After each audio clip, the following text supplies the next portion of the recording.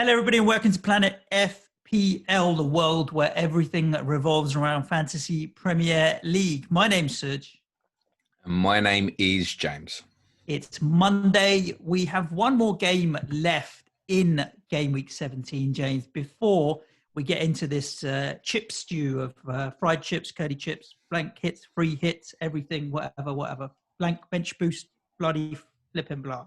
Or How are we doing? Or football being postponed for the rest of January. That's also another. I'm sitting here with Chris Wood, Matt Lowton, and Guisa, and now Alex McCarthy's got a flag potentially as well. So, it turned out to be a funny weekend. I think this is a weekend where if you didn't keep up with the pack, then you're in trouble. I mean, the average is at 48 without any auto subs coming in yet. So after tonight, going to be brutal, but we will discuss it all in a full rundown of game week 17 tomorrow. Who's your sub keeper? Johnston. Oh, we'll lock in them 2 points, mate, because McCarthy's got COVID. Oh, is he? Yeah. Is that why he's flagged? I only logged in this morning and realised why he's flagged. It says illness, 75% chance of playing. Wow. Yeah. Hassan Hoot will suggest he's got COVID, mate. So forget that. I had a very busy day yesterday. Let's just I'm going to ask you this question. We can talk about it for 1 minute before we get into the actual people's poll, which is obviously today's episode. I was going to tweet yesterday. Just had a busy day and never got around to it. I think players that break the Premier League's COVID protocols, including our own Manuel Lanzini, should get a 4-game ban, regardless of whether they get COVID or not. I think 4-game ban would be quite lenient. Okay, so 8-game ban. I was trying to be balanced here, but it just seems like you're taking the piss out of everybody else. Like Mendy's got busted. Lanzini was with 3 of your boys in the Argentinian meetup. It just beggars belief. And then you've got obviously the Samba Bunga Bunga party with Carl Walker and all of his lot. There needs to be straight up banned. One of the messages I've been given over the last kind of week or so since the original Everton City postponement was, look, if there's a risk to players' health, then we can't play football. When it's the players themselves bringing the shit to their own teammates, then 4 games I'd go more. But it doesn't look like anything like that's going to happen, to be honest. So it's just stupid. It's all right. You know what? Break the gambling rules. Get yourself $100,000 fine and a ban. That's Break right. the racism rules. Get yourself a fine and a ban. Break the COVID protocols. Fuck all. Yes, great, right. thanks. If you're Kieran Trippier and you've got a disputed gambling issue, that's a 10-game ban. But if you threaten to bring COVID into your football club, then it's an internal matter. Taking the piss, mate. Yeah, I agree. To be honest, like Reguilon, Lo Celso, Lamela, I'd ban them till February, mate. Anyway, today's people's poll. Do you want to give everybody the rundown of the options and then let's get into it? Yes, I shall. So it was quite a easy winner for this, which I wasn't certain that would be the case, but we threw 3 options onto the table. One was, what would we potentially do if we was on a game week 18 wildcard? I see a few people discussing this idea. I'm not a fan of it, I have to say, because I think it just leads you to the path of wanting to absolutely steam into the 2 Manchester clubs, Villa and Burnley, because they covered a blank and they've also got a double in 19. And I think then it's very difficult to be fitting in the likes of Mo Salah's, Andy Robertson's, etc., Son, Kane, if you want these kind of guys. I think it's very short term. I think, is it going to get you the best of 18, 19? Yeah, quite possibly it is. But then it doesn't fix your problem for further down the line, and you've still got half a season left with no wild card. You want to change your team. So I'm not a fan of it. I think what people end up doing on it is, like I said, targeting those 4 teams en masse for probably at least 10 of their squad, I would guess. The idea of game week 19 triple captain versus bench boost. What is the best option next week? And it's I think it's all very circumstantial. One of the ideas behind that is obviously, I think we can probably say if you've got the right players i.e. they're available, then next week probably is the best week to bench boost now.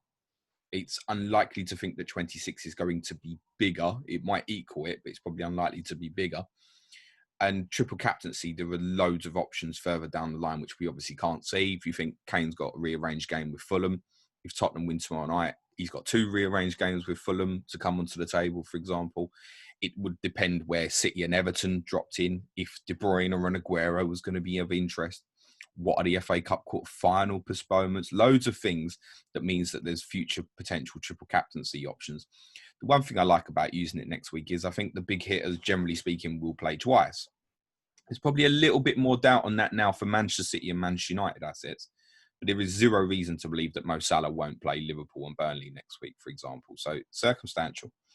But the winner of the vote is Game Week 18, free hit, current thinking, drafts, and when isn't it worth it? And I think, Suj, you're in a decision moment at the moment where you flip-flop between will I, won't I free hit. So this is probably a good example of, let's discuss where you're at. Yeah, sure. Can I just say, sometimes you put people's polls out and I'm like, that's too obvious, James. You're clearly looking that there's going to be a clear winner. This was one of them where I thought, I mean, everyone's going to want to talk to us about the free hit. And judging by the amount of noise on Twitter. Well, those who aren't free hitting don't want to talk about it. It's not enough of them, obviously. But the amount of, like, if you're talking about between Game Week 15 and 16, so much of Twitter was dominated by wildcard drafts. This week seems to be free hit drafts, even though we are over a week away from the deadline and when we will be potentially pulling the trigger on these free hits. I originally went in to next week with Lowton, Cancelo, Son, Fernandez, Chris Wood. 5 players with a view that I was going to be making a couple other transfers as well. What I didn't think about was my Rashford move would have been Son to Rashford. So obviously that doesn't give me an additional player. It's taking one for the other. I'm not so sure now what I will be doing, to be honest with you, because I don't feel like 5 or 6 players is enough. It's borderline. I think it's very dependent on who those players are. So if we take a look at yours, so you've got Lowton, home to Manchester United. It's not great, let's be honest. No. Cancelo, who is playing extremely well at the moment, but City will obviously then play 3 league games in 8 days. If he played in the cup game, I'd be very, very concerned about him. Obviously, they've got League Cup Wednesday night, then they've got an FA Cup tie at the weekend, which I presume Guardiola will mass rotate for. I think they've got Birmingham. If he played in that, I'd be concerned, though. You've got Bruno Fernandes, which is obviously fine. You've got Heung-min Son, it's fine. You've got Chris Wood. Correct. He's fine, but again, so of your 6, you've got 2 Burnley players against Man United, and you've got, is that it? Is that all you've got? That's it at the moment, yeah. That's a 5. And I've obviously got a transfer to roll into. Get that. You've got 5 and 2 Burnley players. I think that's probably free hit. That said, a Fernandes good captaincy return, if you could get it, would carry you through. Yep. The way I'm doing the maths is if I've got 5 players, right? So 6, I'm missing out on 6 players. 2 points per player is 12 points. Plus, I'm thinking, say 4 out of the 6 return. That gives me 4x4. I'm working off of just a simple 4-point return. There's another 16 points. So there I'm up to 28 points. If I free hit in 26, when I could get 11 doublers, I'm already on 22 additional points just from the fixtures. And I get some will play, some won't play, et cetera, et cetera, et cetera. So I think it's very, very borderline at the moment. I think my decision, if I'm honest with you, James, will really be dictated by everything that happens in the next 7 days. Truth be told, looking at Scott Parker's comments from his press conference, I really thought the game was going to go ahead yesterday. I felt like he was talking about... I think he did as well, in fairness. He wasn't bullshitting anyone. He told the truth. He said, look, if we don't have any more COVID issues, the game will go ahead. If we do, it won't. It's what he said. And obviously they had more. Yeah, so there's so much that can happen in the next week that I'm not. I think my decision's not going to be based on the information I have right now. I feel like I'm going to get more information in the next week that's going to affect my decision on whether or not I do or don't free hit. Okay. The one thing to factor in about obviously thinking further ahead, because I think for people like you who got 5 or 6 players, don't know what to do, where's the game, where's not. For 26, my instinct on this is that people will naturally land on around about half their team having a double game week. Just naturally. Yeah. I think people will land on around about half. Some are going to land on less. Some are going to land on automatically, oh my God, I've got 10 doubles straight away after sort of the FA Cup 4th round. But I think it's natural to think that half is probably going to land quite well for 26 anyway. So at that point, would you free hit in 26? I don't think you would. Well, half of your team would have doubles, maybe, but that's it's still more fixtures. Free hitting into a double game week will just always give you more fixtures than free hitting in a single game week. Well, no, not necessarily, mate, because that's what I said. If you land onto, let's say you land onto 7. No, but you're talking about 5 players with 2 fixtures versus 5 players here with 1 fixture that I need to get in, for example. So if you free hit here, so you've got 5 now, 1 transfer would get you to 6. So let's say you gains 5 fixtures, and it's worth saying you'll probably bin the 2 Burnley guys, and the 2 you'll bring in, there's a good chance they'll score better, right? So let's say you're bringing at least 5. If you land on a double game with 7 players already, what are you gaining fixtures-wise in 26? If you're not going to bench boost there and you're bench boosting 19, you're gaining 4. Obviously, you can't free hit into a bench boost anyway. Now, the other issue, of course, is 29, where there's obviously going to be blanks and we can't see what that picture will look like at the moment. And it might be you need to cover that one better than you need to cover this one. We can't predict the future of what games are and aren't going to happen. But once you've got the picture from, I think it's on from game week 24 when the FA Cup 5th round is, you can then see the path of 5 game weeks to get to 29 of what it's going to look like and decide if it's important or not. I think yours is the case, Suj. It's really close, but I think you should probably do it. Yeah, I'm leaning towards doing it, but I'm not kind of, stressing about it at the moment. It is on a knife edge. For sure. So I suppose, assuming that people are doing the free hit, say we get round, to the people that are taking and playing their free hit, what are your thoughts on strategies around it? Because off the back of Sheffield United at the weekend, I think people joke and jest about an all-in strategy with a blanket Newcastle defence, for example. Then we're talking about City. Now, that performance yesterday is going to get everybody salivating about City assets, no doubt. United keep ticking along nicely. So there is a lot to be said for all-in strategy versus just going with the big hitters versus trying to spread it thin. The first strategy, in my opinion, is don't submit the free hit. Mm-hmm. The first important thing. If you've already done it, fine, you've already done it. Once you submit the free hit, you can't cancel it. Correct. So there's a lot of people saying at the moment, you're going to miss out on value increasing of players. So, for example, I know like Kieran Tierney and Saka had price rises last night.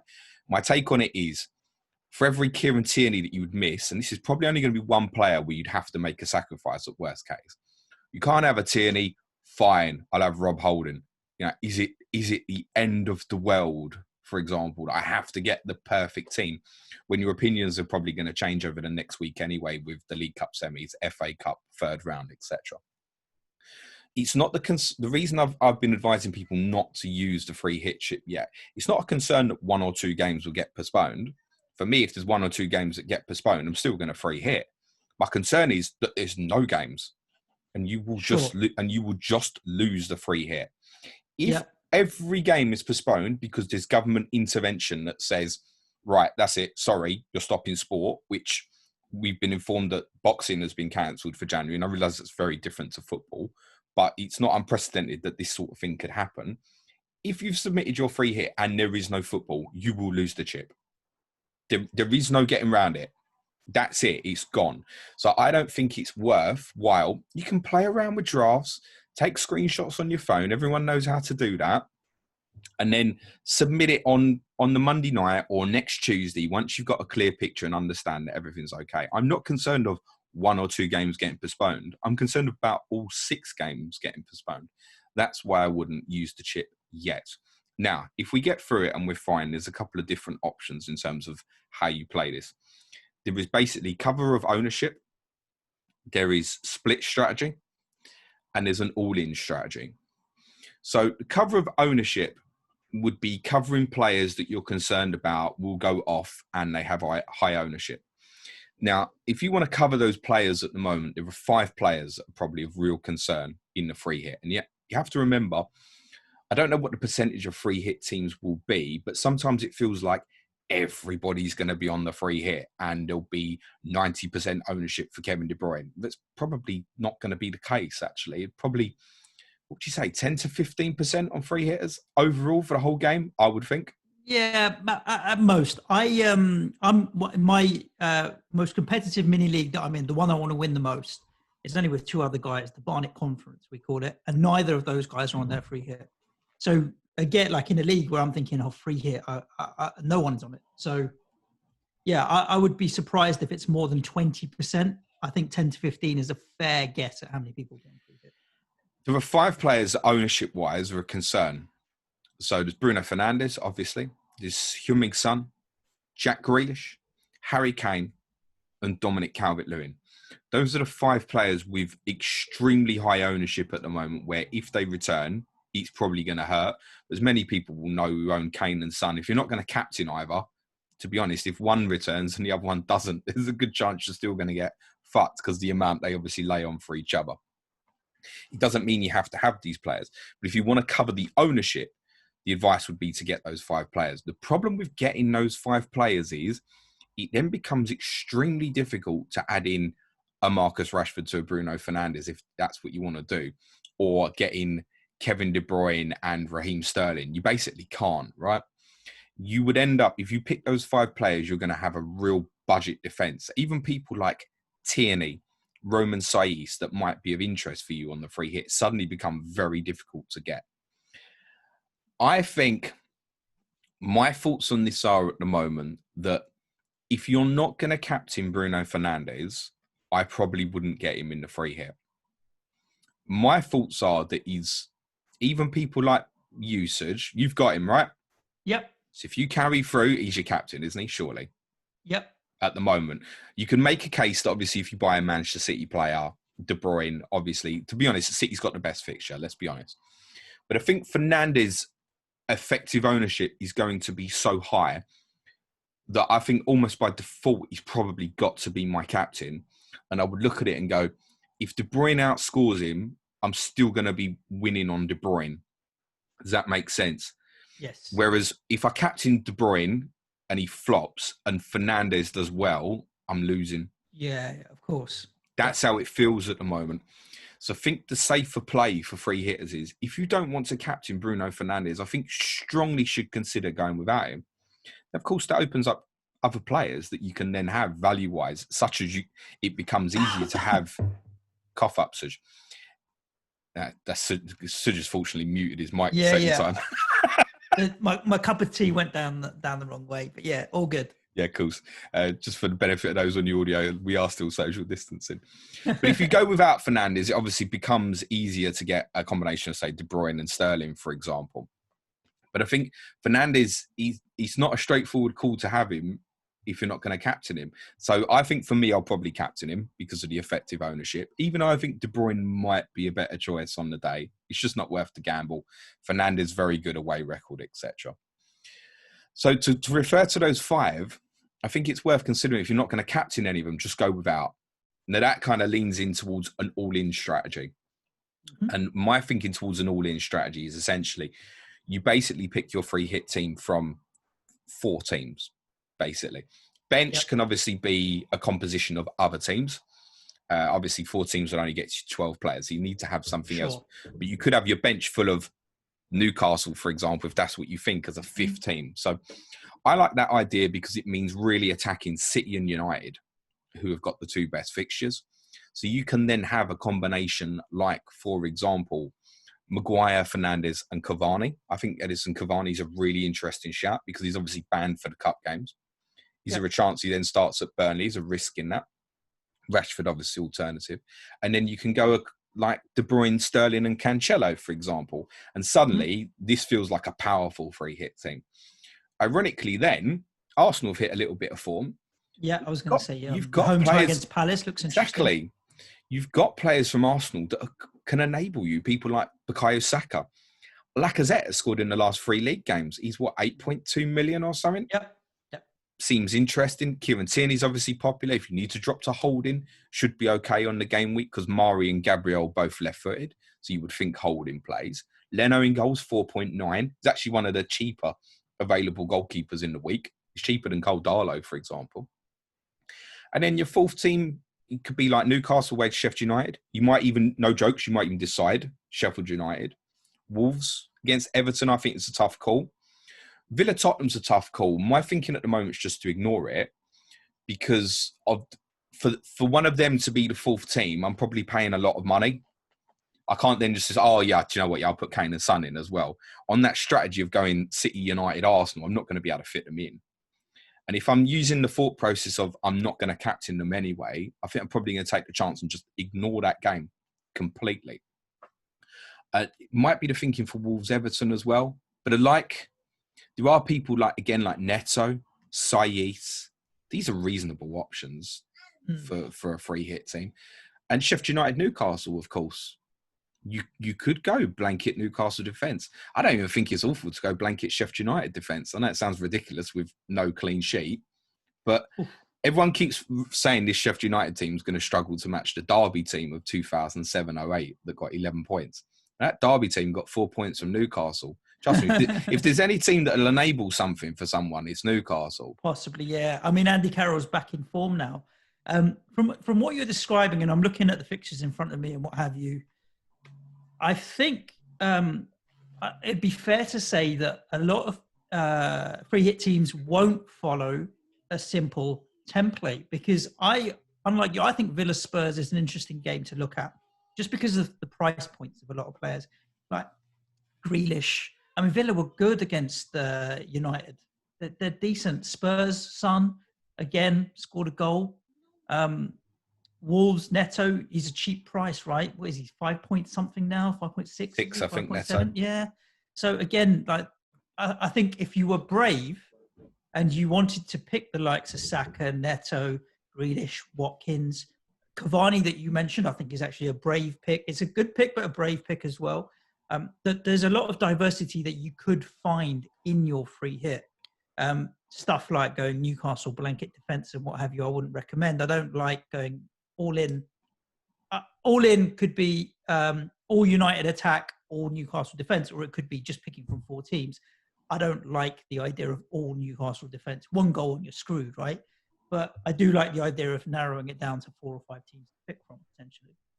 Of course, the other option is you can open it up. So you could decide, well, I want Jack Grealish in there. I'm not confident about the result in that game. I want Grealish in there. I bought Heung-min Son at 9 million. I've had him every game week. There's no way I want to go without. Of course, you can have these guys.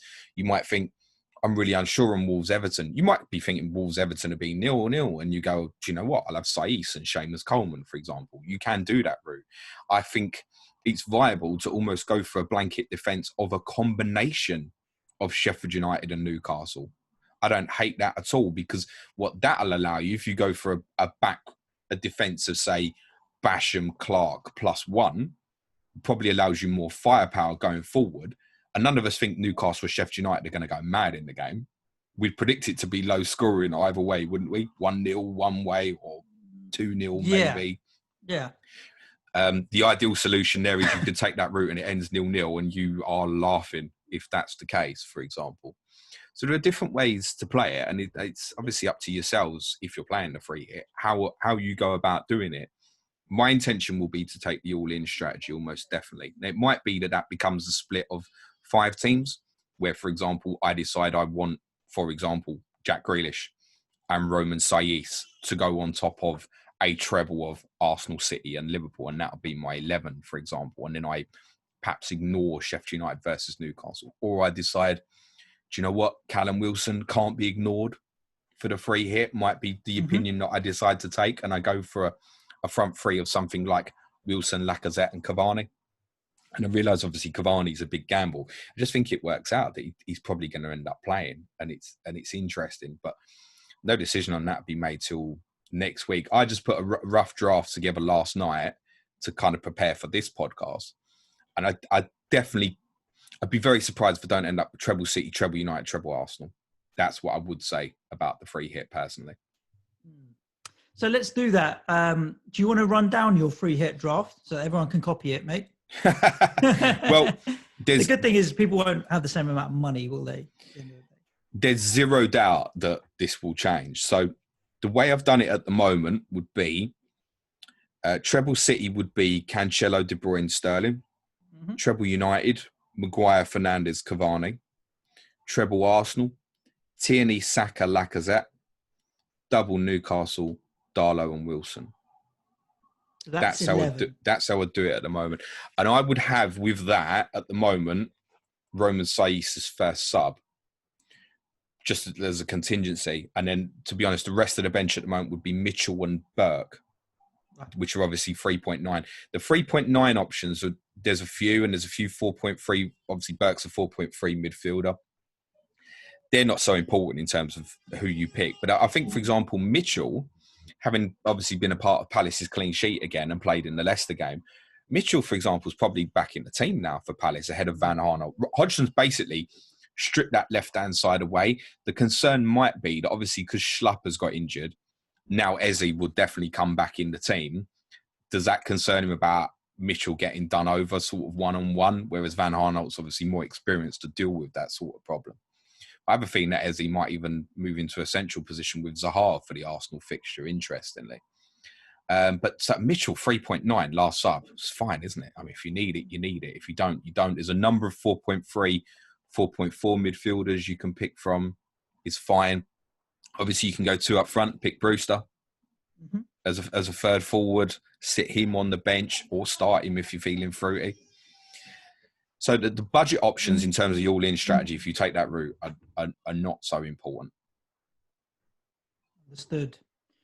Interesting rundown on the free hit there, James. I'm still going to wait until after this weekend. I mean, injuries in the FA Cup and all of that kind of stuff as well could potentially play a part in this before I make my decision on whether or not I am going to free hit. You're obviously committed to the free hit because you've only got 2 or 3 players, haven't you? So. I'm committed to it, but if we ended up in a situation, I don't know, hypothetically, where last week there was only, say, Burnley and Man United and Villa and Tottenham on, for example, I would probably buy a Manchester United player and swing with 3 players. Interesting. I mean, I could get up to 12, but they'd all be playing against each other. I don't know if there's any point. I'd just swing with Fernandes, captain, Kane, Vice, and another Man United player. I think that's all I would do. So I'm not committed. I won't be pressing submit personally till next Tuesday on the day of the game. I realise that's not ideal for everybody because of work circumstance or whatever. But if you've done it, don't worry about it. The 99% you'll be fine. But I just don't think it's worth submitting the button yet. Yep, agreed. And there we go. There's a rundown on your free hit options for the next week or so. Obviously, keep an eye on all the news that's happening with fixtures and COVID and what have you. It is a very difficult time. Stay tuned for tomorrow's podcast where we're going to run down all 9 games that we did have this weekend. We hope. I mean, if Alex McCarthy's got it and he spreads it to everyone else in Southampton and tonight's game gets called off as well, it will be 8 games. But if you are, wherever you're listening to the podcast, if you make sure you hit the subscribe button or the notification bell or whatever it may be on that platform, when the full rundown of the games goes out tomorrow, you'll be notified, including a fantastic victory for West Ham. Come on, potato salad boy. And off we go. And a fantastic victory for Spurs, by the way. Thank you, sir. I think you can't underestimate how good a win it was for Spurs 3-0. Yeah, really, really good. So yeah, a lot to run down. Another positive Tottenham for our patrons tomorrow, mate. No, I've moved it to Wednesday for patrons in case we lose to Brentford. Oh, then you can rant. Yes, get in some. That'll be good. Yeah, there we go. Yeah.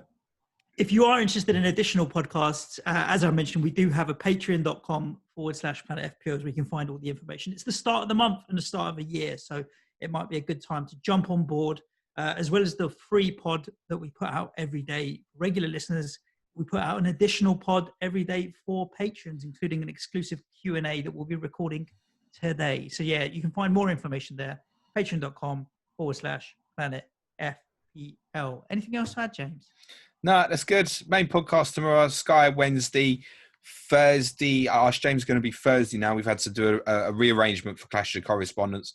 Although it will please some, we've now got Johnny Pringle and Clash of Correspondence on Friday with FPL Single previewing Manchester City and Brighton in the blank. So no pressure, Johnny. Come up with your best 3 Manchester City names between now and Friday. Lovely, jubbly. Stay safe wherever you are, of course, in these difficult times. Ciao for now. Thanks, everyone. Cue music, please, man child.